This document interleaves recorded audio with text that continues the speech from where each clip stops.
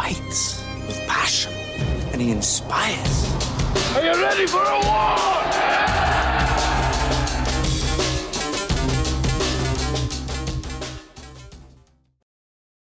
All right, welcome back to From 8 Arbitration. Hopefully, I have Mr. Tyler Vasseur on. I'm trying something new. Cole Billups called me yesterday, and we spoke for about an hour trying to get me to where I could use Discord to record remotely. People that are out of state or not with me, they can record on here. He said it's a much better quality because my quality sucks on some of these. So I'm trying my very first one with Mr. Tyler Vasseur. And so I'm going to get to him in just a second. But first off, the 50-50 raffle I talked about last week. If you go to from8arbitration.com, the 50-50 raffle is on that website. It's the first thing you'll see when you get on there. And I'll remind you of it. It's NALC branch 825. It's a 50-50 raffle. All proceeds to benefit MDA. The drawing is Friday, August 9th, 2024 at the NALC National Convention in Boston. Now, only 5,000 tickets available. Now, I don't know how many there are still available because this was last week. A $12,500 prize if all the tickets are sold. It's $5 each ticket. And there's a Zelle only accepted until July 31st. And it has something for you to scan to pay by Zelle. All right. So get on there and let's sell all these tickets. Right. Let's buy up all these tickets. And that'll be pretty cool right there. So we'll just adopt that as our own, this 50-50 raffle. That'll be some good money going to MDA. Also, the convention shirts, they're doing really well. Get on from 8arbitration.com, go to the store, and you'll see the convention shirts. Those are going like hotcakes. That's what they said. So hopefully that's a good thing. Next week, Mr. John Poskin will be on, and he's going to talk about some non-compliant stuff. He's been wanting to get back on for a while, and so we're going to let him get on next Sunday. The week after that, the Monday, the 22nd, will be Mr. Jason Leith. He'll be on. The 21st, I may have Mr. Charlie Miller on. And he was the TA for Mr. Jackson and the charges. I might have him on the 21st. We've been talking about that. I think y'all be interested to hear what he's got to say. And then the next week, it will be me. It'll be the pre-convention episode, right? And so we'll do that one the next week after that. And so we're full up. We're full up until the convention. So again, get on from 8arbitration.com, that 50-50 raffle. That'll be good stuff, man. I'd love for them to be able to sell those 5,000 tickets. That'd be pretty cool. From 8arbitration.com, go to the store and you'll get your shirts. All of those proceeds go to MDA as well.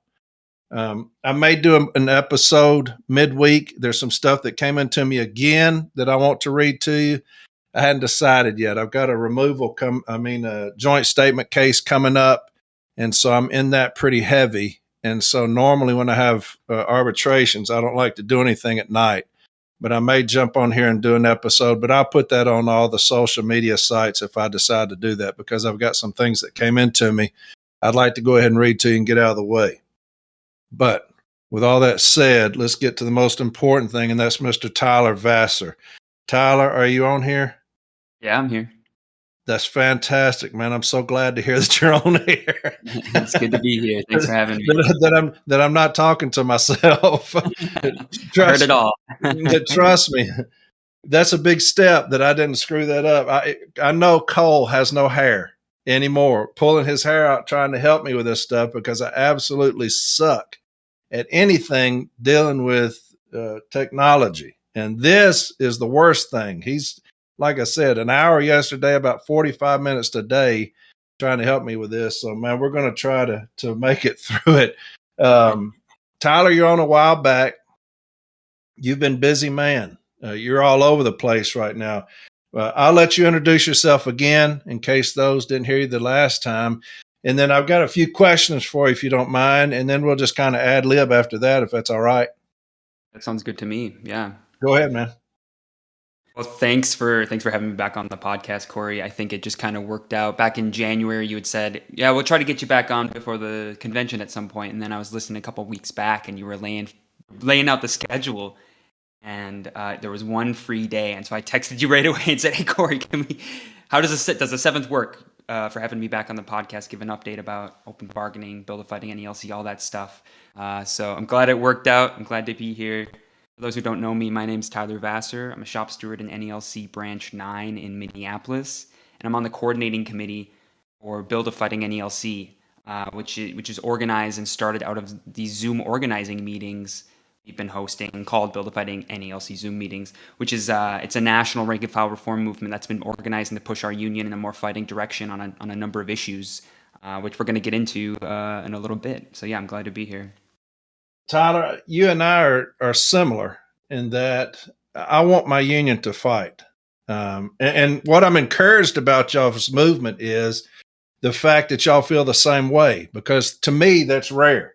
Usually it's the older heads that are more unionized, if you would say, and understand the importance of that. But y'all are a relatively new movement that y'all have come in and said, hey, my union is not fighting for us like they should, and also open and bargaining, which I love the idea of that. You know how I feel about that. Anybody who's listening to me knows how I feel about open bargaining. And I think especially now people are starting to realize the importance of open bargaining with the shit show we have going on right now, day 400 and something, and we know nothing. And so last time you're on, you introduced the idea of the open bargaining resolution to the listeners. Can you talk just a little bit about the status of the open bargaining resolution?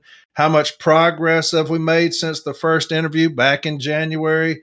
And how many branches, if you know, have passed it so far?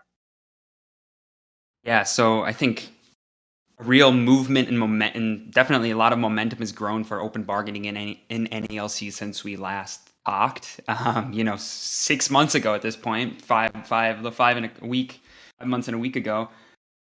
Out of that interview in January, Build A Fighting NALC, which we're calling BFN, we're trying to get that off the ground. Our acronym, CLC's got their acronym. It's really helpful. BFN has started hosting national Zoom organizing meetings to build support for the resolution and try to build momentum going into the convention itself.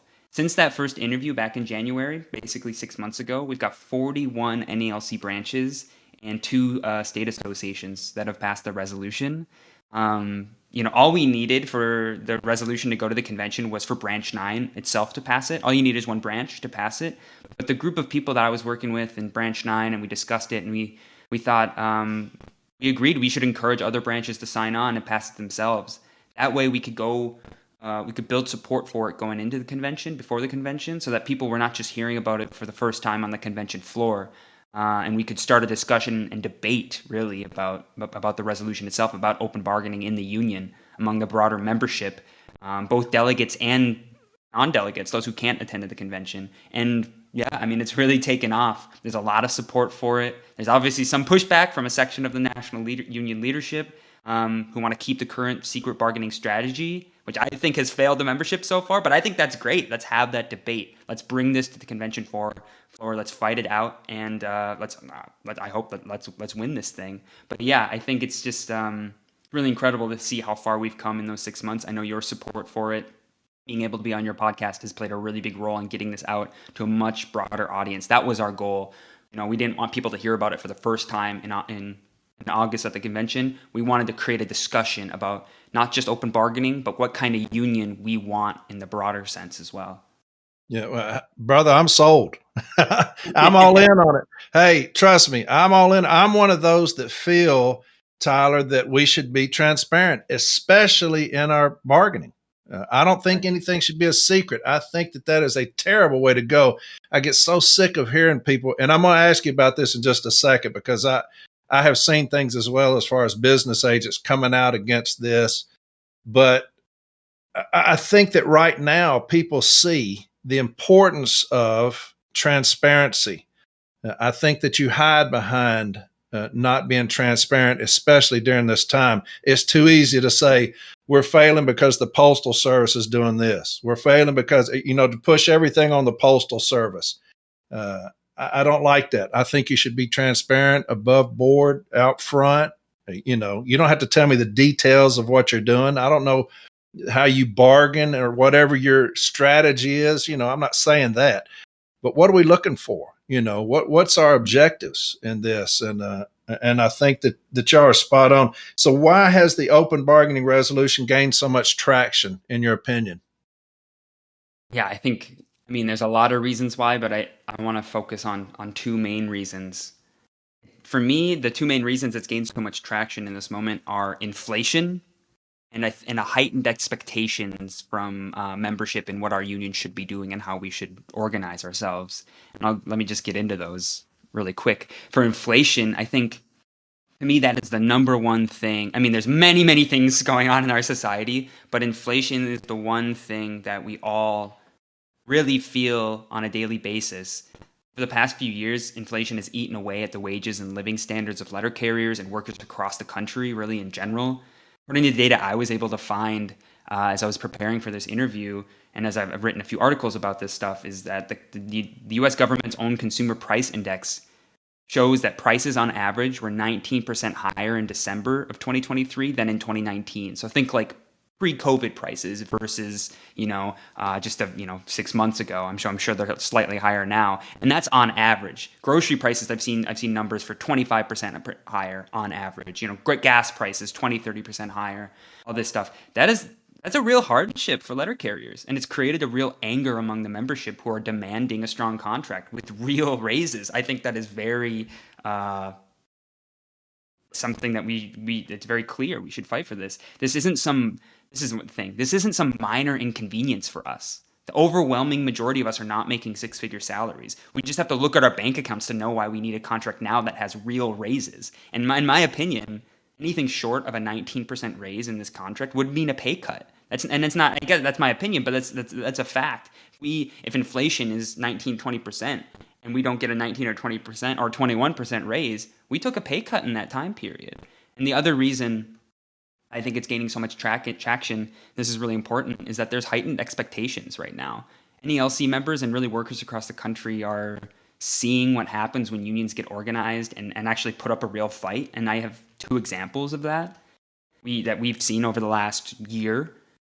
The contract campaign that the Teamsters at UPS put forward, they came short of a strike, but they prepared a public contract campaign that brought together the membership of the Teamsters union, the broader labor movement, and public support to prepare for a strike for a strong contract at UPS if it came to that. They were able to come to an agreement, and it still had some major gains for the members. But the fact is, they built that support, and they showed UPS that they were serious. They didn't just say, "Well, let's keep it going for another year, and maybe we'll come to an agreement."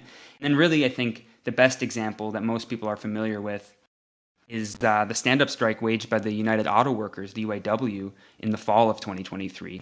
UAW members won 25% raises. I mean, can you imagine? They won 25% raises and other really significant gains not seen in decades. And like a lot of unions, UAW took a really concessionary contract after the 2008 financial crisis and the crash and the recession that resulted in it. I think NALC took a lot of concessions as well that we're dealing with now. But in the UAW, they took pay cuts, or at least didn't get significant raises. They accepted a 2-tier pay scale. They sacrificed all of this stuff because they were told the whole auto industry would go under if they didn't take those cuts. Does that sound familiar? I think it does. Yeah. But since then, automakers have been making record profits. And the UAW said record profits means record contract for workers, the UAW members who make those profits possible. And so I think heightened expectations are happening. They're a good thing. And that has played a huge role in the growth of support for open bargaining resolution.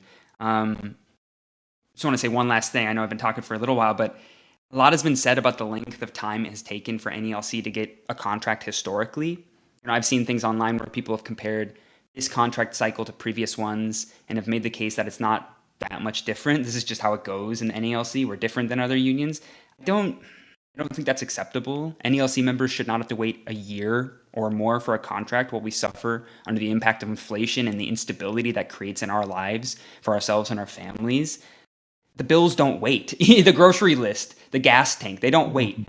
Those bills continue to come. And in fact, they've only gotten more expensive. And so to end on this, the open bargaining resolution, in my opinion, is just one step in the right direction of putting NELC on course to put up a real fight, to develop a real contract campaign that has transparency and mobilizes what I see as the key source of strength in our union, the members who do the jobs every day that make USPS run, and to put up a public fight for better wages, better working conditions, and a fully functioning public postal service, the one that we deserve and the one that our customers deserve. So that was pretty long-winded, but those are just two small examples of what I think has made open bargaining so popular in the membership. Yeah, I love what you was talking about, the length of time. And I think I was talking about this and then I just kind of lost it when I was talking earlier, but I got on something else. But you see these enablers when you get on social media. I don't know how much you get on social media, but you see these enablers that anytime somebody's like, man, what is taking so long? And 50 people are like, it always takes this long. You know what the contract is when they give it to you. Anytime you have that mindset that, it's always this way, it'll always be this way. It's enabling national to do this. Every single contract we can say, well, just, the puppets will say 300 days, a year, whatever.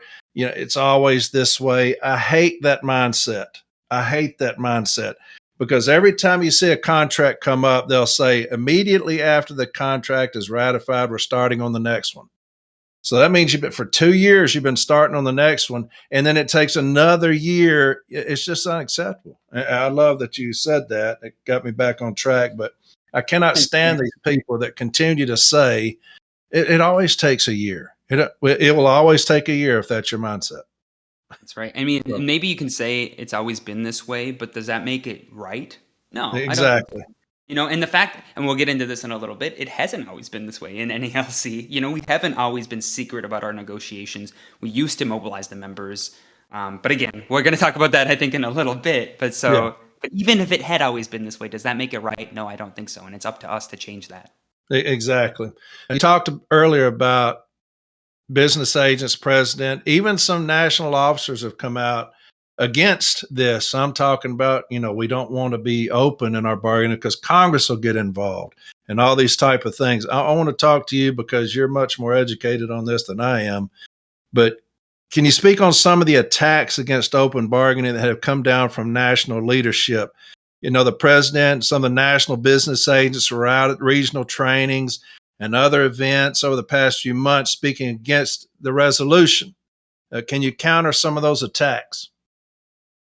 Yeah, so I mean, I've written a number of articles for different publications about the organizing we're doing in NELC and what we're fighting for in open bargaining. And in one of those articles, I did take some of these, the main, 4 or 5 that I'd come across and that people had heard about. And bear with me, I want to go down one by one on all of these and rebut them a little bit because I think people do need to hear this. If that's all right with you. I mean, the biggest one. Bro. All right. Biggest one that we hear is we hear the claim we've always conducted negotiations in private, some form of that, right? This is just not true. Under Sombrado, we conducted not only joint negotiations with the other postal unions, which I support, we also conducted joint public actions.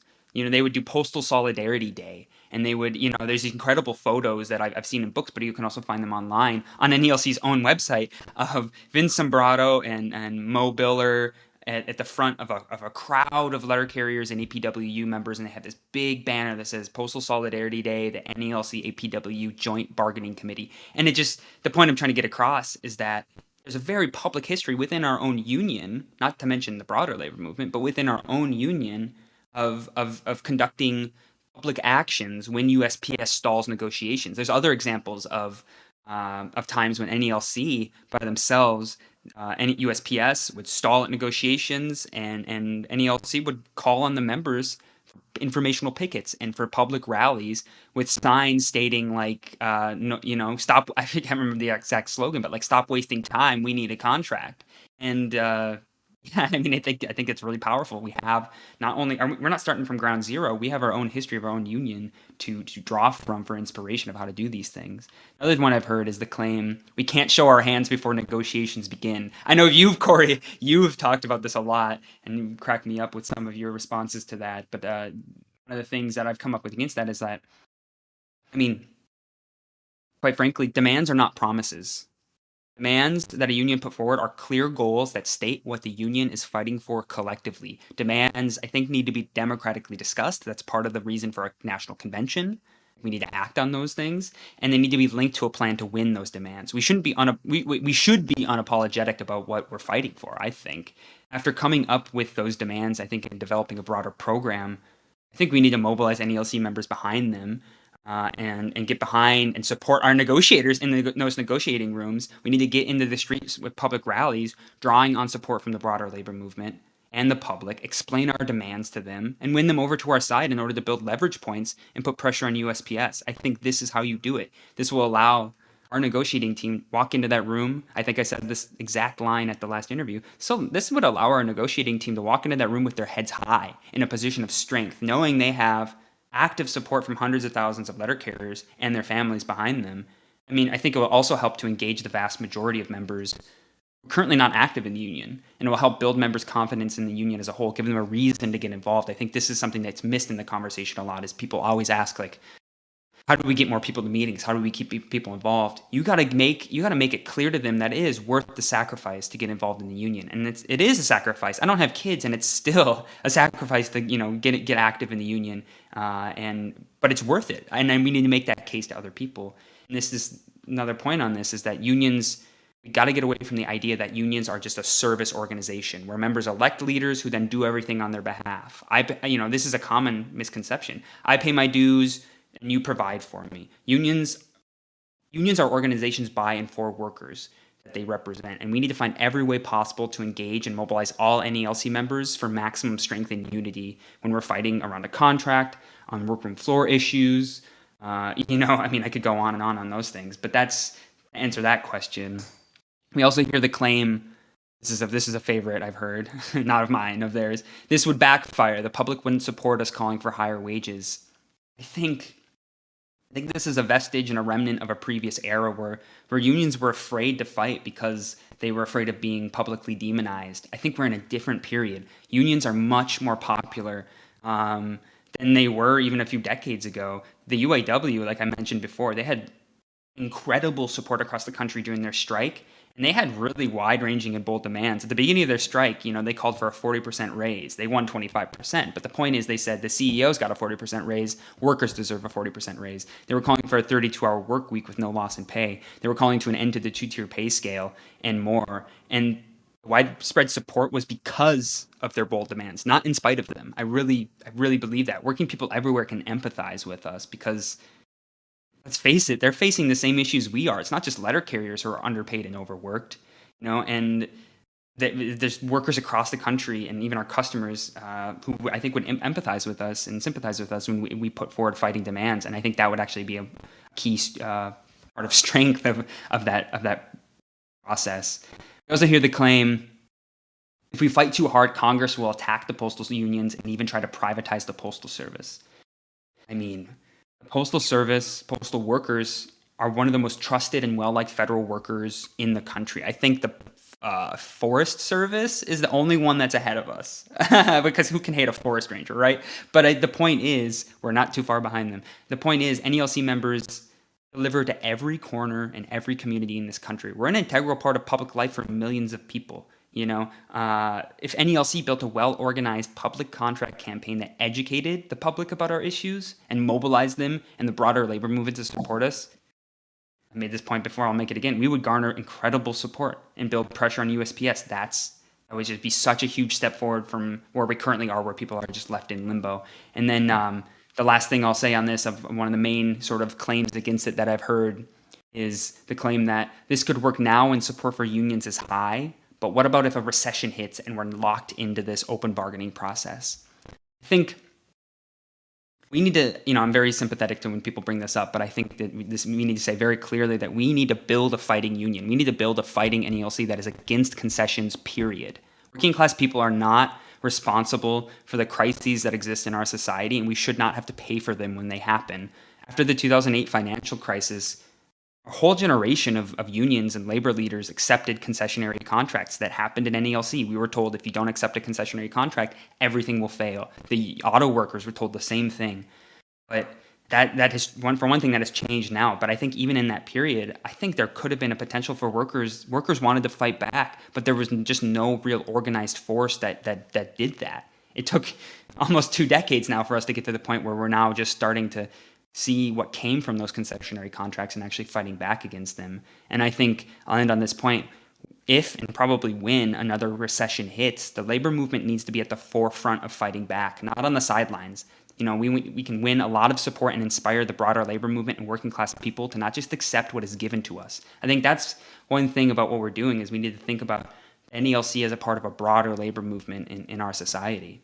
So yeah, those are just, that was very long-winded. No, you're fine. Appreciate everyone bearing with me, but those are just some of the main arguments against it that I've heard, and I'm sure we will hear on the convention floor. And so I just wanted to prepare people for that.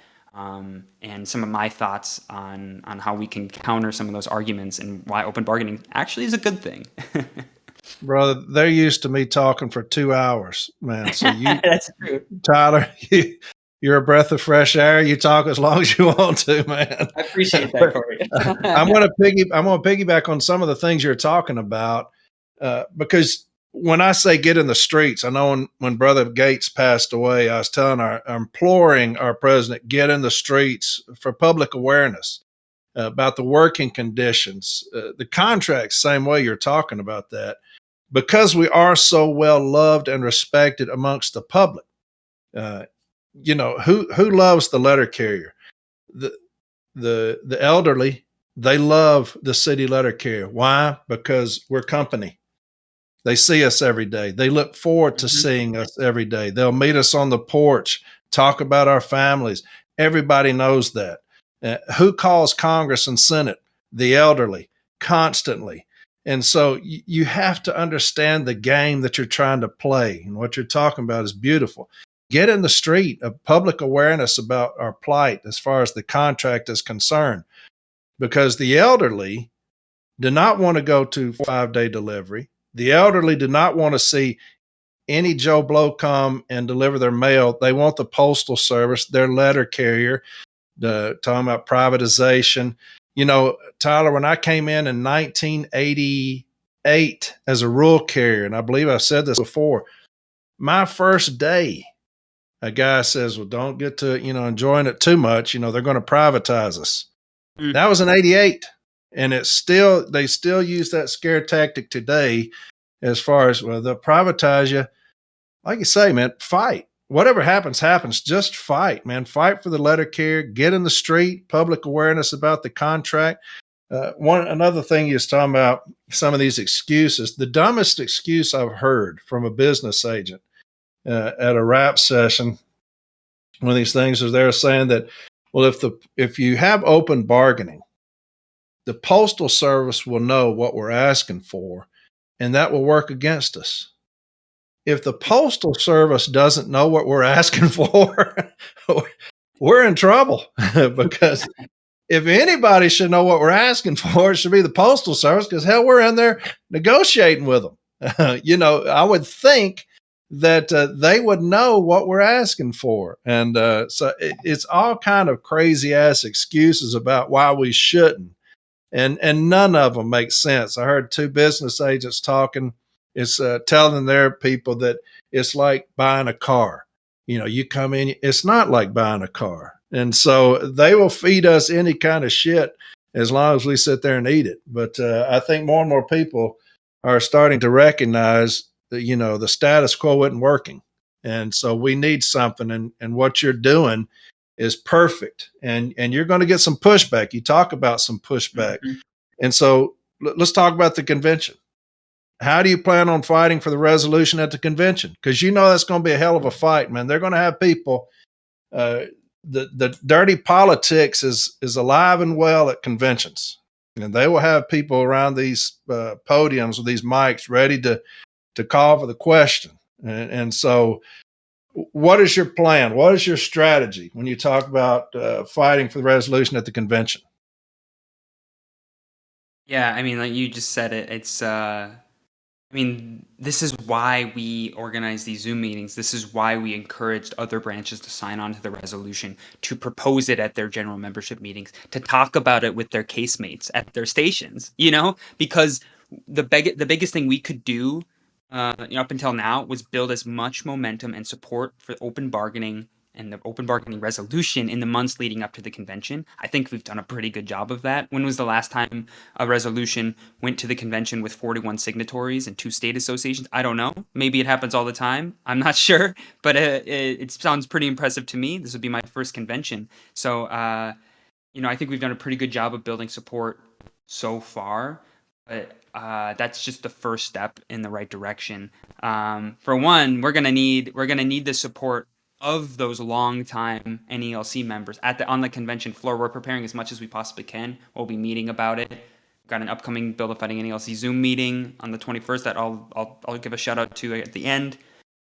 We're going to meet about it. We're going to prepare as much as possible, but we're going to need the support of some longtime members to help us navigate this sort of maneuvering that will inevitably happen. Because I think as far as what I've seen, with the national leadership that oppose open bargaining, what they don't want is a discussion about the merits of the open bargaining resolution itself. What they want is what they'll probably try to do is confuse the membership on what we're voting for, call the question early so that all the things can't be drawn out as much as possible. But I think we got to do everything we can beforehand. This interview and this podcast and your support is one aspect of it. Our public meetings, or our public Zoom meetings, is another. But I mean, ultimately, it's going to come down to speaking in favor of it on the convention floor. It's likely, I can just imagine based on the rap sessions over the last few months, it's likely that the executive council recommends disapproval. So we will have to, as far as it's been explained to me, again, this will be my first convention, we will have to override that disapproval and then vote yes on the resolution. So if they say, just to give a little example, if they say open bargaining resolution, the recommendation is disapproval, we will have to vote no, because we're voting against their disapproval. And then, after we vote down their disapproval, we will then have to vote yes on the resolution itself. Just to explain to people a little bit who aren't super familiar with the convention process. I had a long time NELC member the other day at our delegates meeting explain this process to me a couple times, just so I could kind of wrap my head around it. But ultimately, this is going to take more than one person fighting for this thing. This will take a real movement and effort. If it's just me up there speaking in favor, which I'm going to be proposing it for Branch 9, it's just me up there speaking in favor of the open bargaining resolution. I mean, I think that'll go far to some degree, but some people will probably think, who is this 28-year-old young guy, doesn't know what he's talking about? And so I would really encourage anyone out there, especially if you've been around for a long time, but anyone possible, run up to those mics, elbow if you need to. I'm just kidding. Don't elbow if you need to. But run up to those mics, get in line so that you can speak in favor of this thing, because we want as many people as possible to show that this is not just some whack job in Minneapolis. The only ones who seem to have escaped the heat waves that have hit in the country. But some whack job in Minneapolis up there. But that this has support from across the country. If you are a delegate, even if you're not a delegate, talk to the delegates in your branch. Talk to your branch leadership. Make the case for why we need to pass the open bargaining resolution. At your delegates meeting, if it hasn't happened yet, or if one happened and you're doing another one, bring up the open bargaining resolution. Maybe not everyone that who's a delegate in your branch is going to agree, but get it on people's plates. Make them realize that this is there's many things that are going to be important at this convention. This is one of the most important things that we can fight for in this election. And make the case for why we need to transform the way we conduct contract negotiations so that we can actually engage the membership, put up a real fight, and actually, not wait around year and a half for a contract while we're just getting slammed by inflation every day. Well, I'm a fan. So we'll talk about your Zoom meeting in just a minute. But after that Zoom meeting, if you want to come back on and do another episode and kind of tell a strategy if you want, you're more than welcome to do that. I say that my last one's going to be that Sunday, and then the next Sunday will be in Boston. So in between that, during midweek type, if you want to come back on for however many minutes and say, hey, this is what we're going to try to do, whatever, man, you can have all the airtime you want to. All I right. appreciate that, Corey. I really do. We'll get to that later. But so somebody's not been on here before. They just started listening. They didn't listen in January. They didn't know who Tyler Vasseur was before 30 some minutes ago. What is Build A Fighting NALC, and how did it develop, and what do you see its roles as in the future? Yeah, so Build A Fighting NALC started as a national Zoom organizing meeting. These meetings to build momentum and support for open bargaining really became something much bigger, much bigger, similar to what has happened with your podcast. I think we started similar trajectories. We didn't have a name at first. It wasn't an organization. It was just a Zoom meeting. The first Zoom meeting was called Build A Fighting NALC, Fight for Open Bargaining. And it was actually you, Corey, who said, this movement, this group, doing great stuff. They're called Build A Fighting NALC. And we looked at each other and said, well, I guess that's our name now. And it's, honestly, I'm it's a good sorry. name. No. It's a good, this is something, it's funny, because this is something historically that has happened all the time. You almost rarely get to name yourself. You usually are named. And so you better hope it's a good name. But Build A Fighting NALC, I think, is a good name. It gets to the point of what we're trying to do. And so it started just as Zoom meetings to build support momentum for the open bargaining resolution going into the convention, and it's become something much bigger. In those meetings, we brought together hundreds of NALC members from across the country. We want to fight to transform our union. We're on contract negotiations, but really about so much more.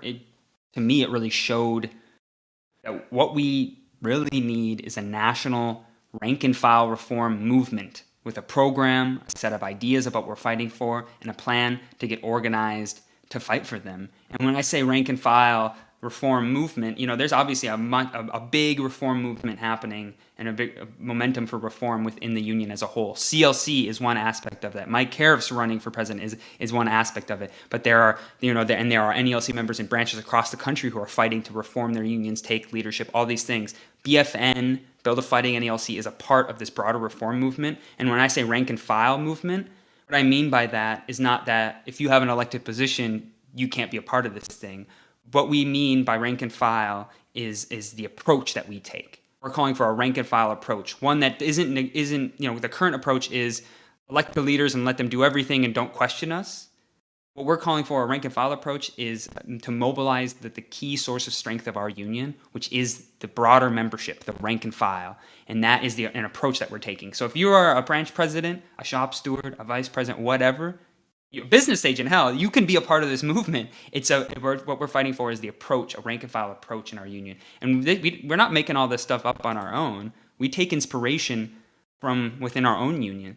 We take inspiration explicitly from it was called the rank and file movement in the NALC in the 70s. It came out of the 1970 Wildcat strike. It started in Branch 36 in New York City, the ones who kicked off that strike, and it eventually spread across the country.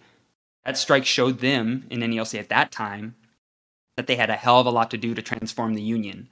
They organized around a number of issues. Namely, they won one member, one vote for national officers. Before that, it was a delegate system, and it encouraged just incumbency. So they won one member, one vote for national officers, and they were the ones that eventually succeeded in getting Vincent Sombrado elected as the national president in 1978. Vince Sombrado was, in many ways, the leader of that rank and file reform movement.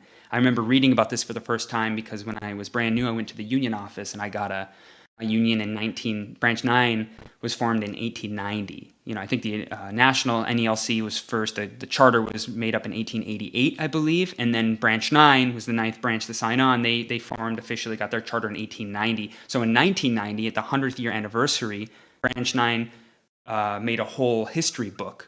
I still have it somewhere in here. When I moved, I don't know where I put it, but I got it, I think, somewhere in my closet. And it talked about the rank and file caucus, or the rank and file movement. I thought, what in the world is this? But it talked exactly about this. So it existed in Branch 9 and Branch 36 across the country. And the rank and file movement had chapters or sections in NALC branches, like I said, across the country. I was really interested day when David Noble was on. He mentioned how when he first started at USPS, he got in contact with the Branch 9 office. The president of the Branch 9 was a part of the rank and file movement at that time. I don't know if you remember him mentioning that. It was sort of in passing that he mentioned it, but it was just to show you, like, a president of a branch was a part of that rank and file caucus, that rank and file movement back then. So just a few things. I want to talk a little bit about what we stand for in Build A Fighting NALC. And why I think that's important that we have a set of ideas that we are trying to organize around. Build A Fighting NALC has a coordinating committee. It's a group of NALC members who are calling it an interim leadership, because we're looking to actually have our own little meeting where we elect people and elect a program and all this stuff. But we have an interim leadership who are developing the foundation for us to launch from being what we are currently, a loosely organized movement, into a real national reform caucus with structures. With a program, with a voted for and democratically elected leadership. We just met actually earlier today. We came to an agreement on the basics of a program and a what we stand for document that will be coming out soon. We're going to be emailing that out. We want people to know that we're not just this loose thing, but we are actually trying to develop structures that people can get involved with around a set of ideas. And so I want to read off what we stand for and explain some of these demands. And this is just the beginning as well. Like, eventually we want a broader program on a number of issues where that can have input from members who want to be a part of BFN and will be voted on. But we thought it was necessary to have a foundation that we build from. And so we stand for open bargaining, $30 an hour starting wage, ending mandatory overtime, a workers' wage for union officers, and fighting for the right to strike. And I want to just explain each of those points a little bit. Open bargaining, I think that's pretty clear. We want to fight for the open bargaining resolution at the National Convention in Boston this August. It's a proposal for more transparency, for regular updates, a real contract campaign in NELC, and the need to mobilize members in public rallies to build support, among the membership, the labor movement, and the public, to build leverage and actually put up a fight. We stand for a $30 an hour starting wage. If wages had not been cut, then adjusted for inflation, $30 an hour would be pretty close. I think it's actually more than $30 an hour. Would be close to where the starting wages would be close to what the starting wages for letter carriers should be today if they hadn't been so two-tier system implemented and all this other stuff. Angry Mailman, I know, has talked about this a lot on his YouTube channel. Mike Cariff mentioned it on his interview. I know CLC is coming out with more proposals for their program as well on closing this enormous gap on pay for new hires. I just think that we have to be clear about and get a number. Maybe it's not perfect, but we got to be somewhere. If other jobs are making higher starting wages than letter carriers, we stand for ending mandatory overtime. I'm really glad to see Mike Cariff take that up in his program, and I'm looking forward to seeing how we can organize around that going forward. This just means ending forced overtime for carriers who only want to work 40 hours a week or only want to work assignment only, and not be forced to take off of other routes. But we want to be clear this would maintain the right for letter carriers to sign up for the overtime list. Another one, and I think this is the next two are a little controversial, but I think they're really important. We stand for a workers' wage for union officers. We think that all full-time union officers should make no more than letter carrier top pay. We need union officers who are there to be the best possible representatives for the membership. And I think it's unjust, and it creates an extra layer of disconnection between the leadership and the membership. When the NELC president makes nearly $300,000 a year, which is 5 or 6 times that of a new carrier. And the only people who've gotten raises in the last year are the executive council. And the last thing is the right to strike. And I want to be really clear that we're calling for and organizing for the right to strike.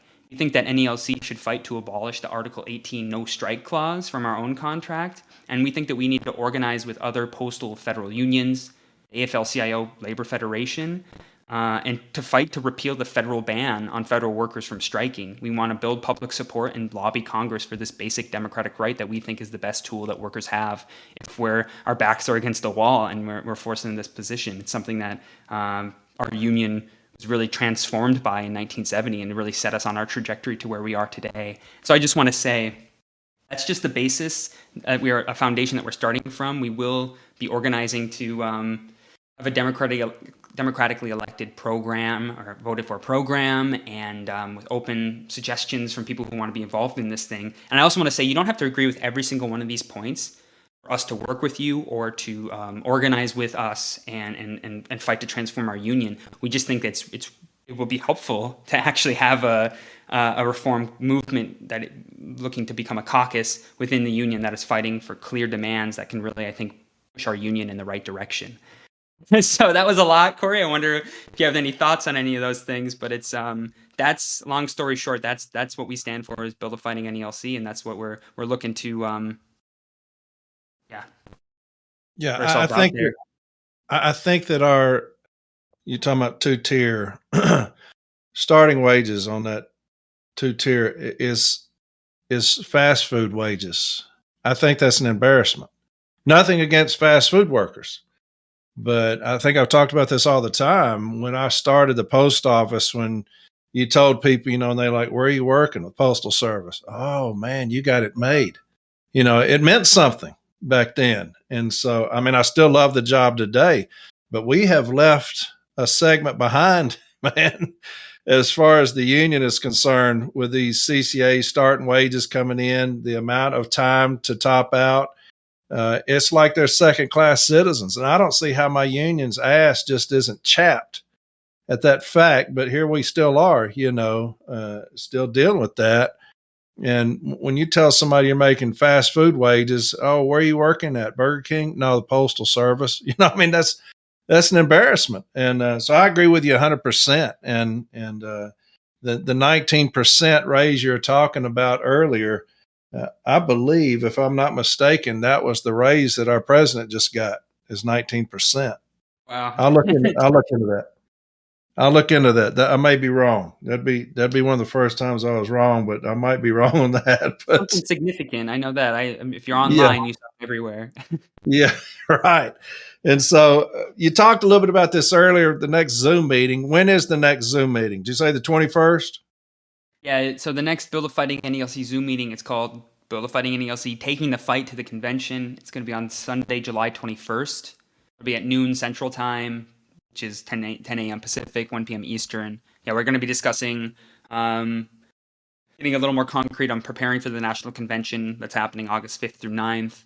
Getting delegates, prepared, talking a little bit more about what we were talking about here today, but also kind of laying forward the plans for Build a Fighting NALC at the convention itself, which I know we're going to talk about in the next question, so I won't go too far into that. But that's going to be kind of our last big Zoom meeting right before the convention. So I really want to encourage everyone. I'm sure we can get the Zoom link up on the website and register for that, share it around.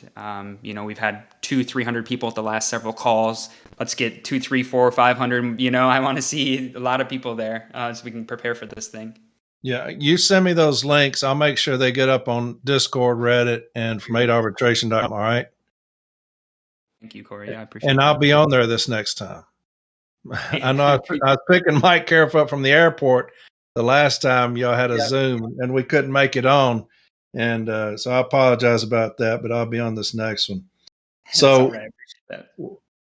So what are Build a Fighting NALC's plans at the convention? You talked a little bit about this. And coming out of the convention, what are the plans for Building a Fighting NALC?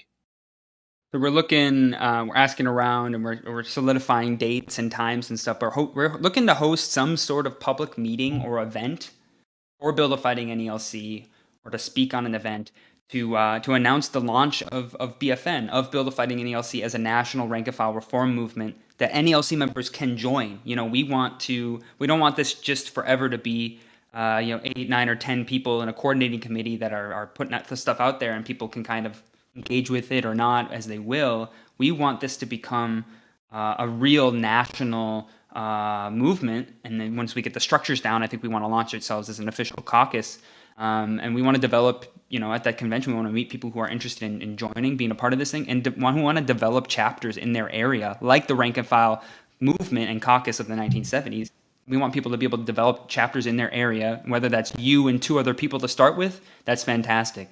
But, we want to be able to coordinate with people. We're still the coordinating committee, and for BFN, we're still working out the details, but that's the plan so far. And I just want to say our goal is in our name. Build a Fighting NALC, right? We want to transform our union, the NALC, into a democratic fighting union that engages with and mobilizes the membership to fight for better wages, for better working conditions, and a high-quality public postal service. Because we got to remember, we're public sector workers. We're doing something that should be seen as a service to the public, but that means to have a high quality public postal service, we need better wages, we need better working conditions. I said it before a little bit. I'll just reiterate. Right now, we have an interim coordinating committee that is developing, I think, a strong foundation for us to launch and to continue building this reform movement with the goal of turning it into a real reform caucus with democratically voted on leadership structures and a program and a plan of action. We have plans to host a Zoom founding convention. If we can get a couple people on a Zoom, a couple hundred people on a convention on a Sunday, we'll spend a couple hours just electing those structures. It'll likely be in the winter or at the very latest, the early spring of 2025. So we give people time to develop those chapters and get involved. And key to this will be identifying those NELC members across the country who want to be a part of this thing, want to build this reform movement, want to transform the NELC. So those are our plans. More of this will be talked about at that Build A Fighting NALC Zoom organizing meeting on Sunday, July 21st, which people can register for. But we're gonna talk about how we're gonna fight at the convention on the resolutions and more about BFN as an organization going forward. All right, Tyler, it's time for your closing argument in front of the arbitrator. Yeah, right. That's all my questions for you, brother. Anything you want to say to anybody that's listening before we get off of here? I just want to say that, it's not always a guaranteed thing that you'll have this many union members paying attention to the inner workings of the union. What are we doing now? What are our plans and where are we headed? There are, just compare this to maybe even 5-10 years ago. I think in part because of your podcast, Corey, and in part because of the organizing that we've done, in part because of CLC and CAREF and others, and hundreds of others that are unnamed, just, that are doing the good work every day, thousands really. Because of all of that, in this moment, heading into the convention, coming out of the convention, leading into 2026, we have as long as I've been here since 2018, we have the most NELC members paying attention. This is a moment that we have to seize. This is a moment that we can't just let slip by, which is why I think it's so important that we are clear that there's a movement swelling up. There are many movements, but there is momentum and movements swelling up within the NELC to transform this thing. Let's take this union and turn it into something to really be proud of. I'm proud of this union, I really am, but there is a lot more that we could be doing to make it a real fighting force in the lives of letter carriers, on and off the clock. We want a union that fights not just for strong contracts, but also fights on workroom floor issues. When Brother Gates died, we should have been shouting from the rooftops about the harassment related to weather, related to whatever, that letter carriers face on a daily basis on the workroom floor. We should have turned those enough rallies into rallying cries, not just talking about crime against letter carriers on the streets, although that is a big issue that we have to deal with, but linking that to the crime, to the harassment that letter carriers face every single day on the workroom floor. This is a key moment that we can use to transform the union and really set us on a path to become a fighting force, not just in the next for the next 6 months or for 2026, but in the years and the decades to come. And that's what's going to make I grew up in a union household. A union is why I grew up with some sense of stability, even though my dad worked a blue collar job and my mother's a preschool teacher. We need to make the NELC a force to be reckoned with in the USPS, and one that really fights like hell for the members and makes this a job that we all know it can be and it should be. So I think I could talk for another 30 minutes or an hour, but it's a beautiful sunny day here in Minneapolis, and I'm thinking about going out on the grill or something. But yeah, Corey, I don't know if there's anything else you had to say, but otherwise, I really appreciate you being on. Get people those links, and I really look forward to convention and organizing with everyone going forward. Yeah, I can't wait to see you in Boston, my man. I heard you said you're 28. I thought you were 19. So I wasn't going to be able to buy you a drink, but I don't drink, but I'll buy you one when I finally get to meet you in Boston. I can't wait. There is a movement. There is a movement, my brother. It is happening in real time. Anybody that's paying attention can see it, my man. And y'all are definitely a huge part of it. All of them have the same thing in common. We're wanting our union to be like it used to be.